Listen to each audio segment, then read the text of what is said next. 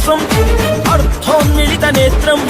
ಸರ್ವಾಭರಣ ಸಂಯುಕ್ತಂ ಶೂಲಂಚ ಅಭಯ ಹಸ್ತಂ ಘನ ಮಂದಾರ ಪುಷ್ಪ ನಿನ್ನ ಪಾದ ಕಮಲಕ್ಕೆ ನಿನ್ನ ನಾಮ ಸ್ಮರಣೆ ಸಾಕು ನಮ್ಮ ಜನ್ಮಕ್ಕೆ ಕಾಯಬೇಕೋ ಶ್ವೇತಾಂಗ ಎಲ್ಲ ನೀನೆ ಭೂಷಾಂಗ ನಿನ್ನ ತಂದೆ ನಿಟಿಲಾಕ್ಷ ನೀನು